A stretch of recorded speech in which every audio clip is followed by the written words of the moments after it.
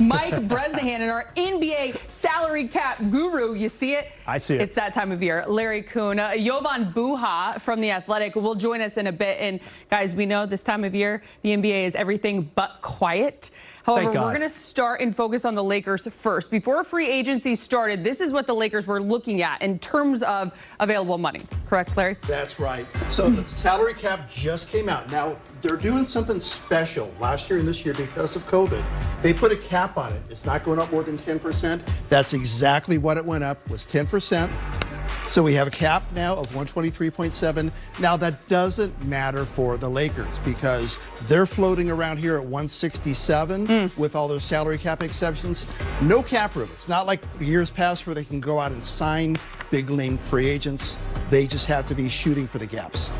So with that said, these are the players prior to the start. We're going to break this all down of free agency who were under contract. And that looks as such, 129 plus of salary just between the three of LeBron, AD, and Russ. The Lakers already over the cap. Team salary, 167 million plus.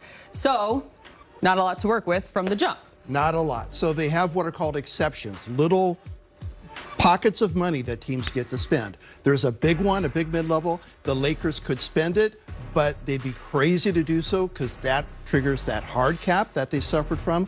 So instead, there's a smaller one they can spend and not trigger the hard cap. And it looks like that's what they're doing this year. So here are the salaries that they have in place right now, everybody that they're bringing back from last year. And we have a few players that have already been announced are coming in, one of them taking that mid-level. The rest, only minimum salaries. We are going to dive into all of those names, but Brez, how hard is it when you look at the top of this list and then you have to kind of work around that, knowing what you're getting with the three to start? Yeah, no doubt. I mean, anytime you have a top-heavy team with three high-salaried Lakers, you're going to have to fill out the rest of the roster with a lot of minimum salary players. As Larry alluded to, that's been happening already today. The Lakers have signed three guys to minimum contracts, which I know we're going to get to in a second. And indeed, when you have a roster, three guys making almost $130 million between the three of them, that doesn't leave a lot of room to add other high-priced contracts. So the Lakers, second year in a row, they're going to have this mid-level for about $6.5 million and then fill in the rest of the cracks with these minimum salaries for about $2.5 million per player. So what does that look like? Who is that? Let's check it out. With their mid-level exception, the Lakers, in case you missed it, have reportedly agreed to a deal with Spurs guard Lonnie Walker IV. Last season, he averaged a career best 12 points per game. Walker was a first-round pick of San Antonio in 2018. He's averaged just over 9 points per game in 4 NBA seasons. He's a career 34% shooter from three. And say hello again, Laker Nation, to Damian Jones. Familiar, he's coming back to the Lakers on a 2-year deal, reportedly for the veterans minimum. Jones, who played 8 games for the Lakers 2 years ago, played center for Sacramento last season. He scored a career best 8 points per game for the Kings on 66% shooting. Jones was a first-round pick by the Warriors back in 2016. So let's start with Lonnie Walker IV at the mid-level exception. Larry, what does that mean and what's left available for the Lakers to spend? Yeah, not much. So first of all, the Lakers now have more wings than a Texas barbecue. Well Between said. everybody that they signed, it's in terms of cap room, there's nothing left but the minimums. They're already at 12 players, I believe, including when you factor in Max Christie. So between everybody, they've got a team to field. They'll for certain bring in a few more players at the minimum salary, let them come to camp, let things shake up. But they're done spending any sizable chunk of change. They could look at trades, but the free agent market, for the most part, except at the minimum, is closed for them. Yeah, Lonnie Walker, the big tool they had in free agency for that $6.5 million. Ellie, a very athletic player, young player. He has increased his scoring average each of his 4 years in the league. Not much of a shooter, as you see last season, only 31% from three-point range. I will argue, though, that in his 3 first years combined, he shot 37% from three-point range. So he definitely dipped back down a little bit, but maybe he does have that shot within him somewhere and just did not present it last year on the court. So the Lakers getting younger, yep. Especially compared to last year in free agency. You and I talked about this in the podcast already. A year ago, the Lakers signed 7 guys over the age of 30 during the free agency period. Now, average age today, 4 guys only 25 and a half years old. They're trying to get younger, no doubt about it, more athletic. And as Rob Pelinka said, a little bit tougher, which Damian Jones should bring a little bit around that rim.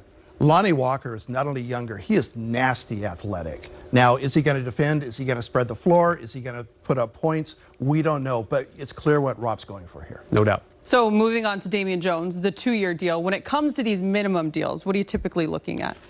You're looking at guys who are filling in the margins on most teams, but for the Lakers, that's the only currency that they have at this point. So they're looking at guys, and you can sign as many of them as you want and bring them to camp. You just got to shake it all out before the season starts. So if they're looking at a bunch of guys, you know, a bunch of wings, a bunch of guys who can come play the perimeter and bring them to camp, see what shakes out, they're looking to see if they can field a really good roster by the time they get to November. And Damian Jones right here, a little bit of size, 6'11", 27 years old. I liked his last 2 weeks of the season for the Sacramento Kings. He got a lot of playing time, about 30 minutes a game. He did a lot with it, about 17 points and 7 rebounds, again, over the last half dozen or so games of the regular season. Sacramento, tough times up there. Weird center rotation throughout the season. Got rid of Marvin Bagley Jr. right before the trade deadline. Opened up some time for Damian Jones. And he showed that, indeed, he has a future in the NBA. Lakers grabbing him with a 2-year deal. And again, young player, not going for an older guy like DeAndre Jordan and Dwight Howard, which is what they did a year ago. 2 down, 2 more. Juan Toscano-Anderson and Troy Brown Jr., 2 others who have signed with the Lakers on minimum deals. Perez, what do you like about these 2? Yeah, you know, Juan Toscano-Anderson right there is just pure energy. You know what you're going to get. You're not going to get 20 points a night out of him.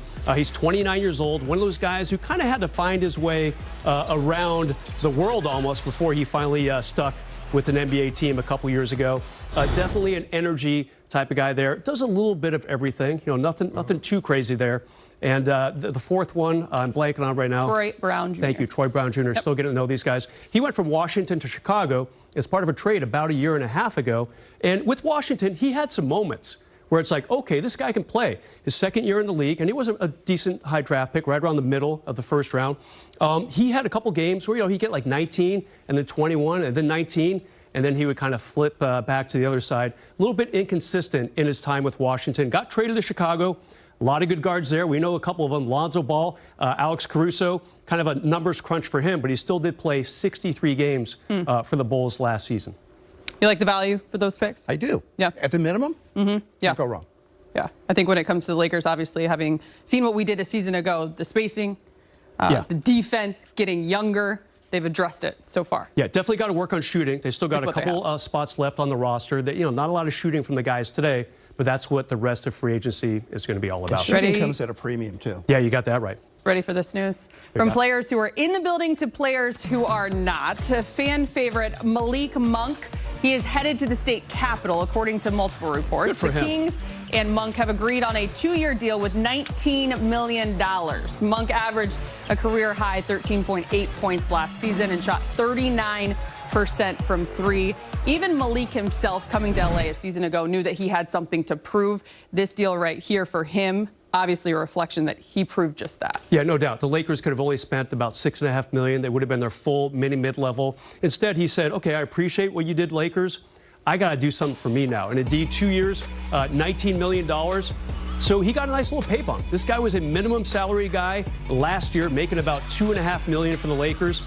He's going to get almost 4 times that in his first year with the Kings. He showed what he could do, had a good, solid second half of the season. He can hit threes. He's very athletic around the rim. That's the thing that kind of surprised me the most, watching him day in and day out. Really strong as a finisher, strong dunker. So I think it's a pretty good deal for Sacramento.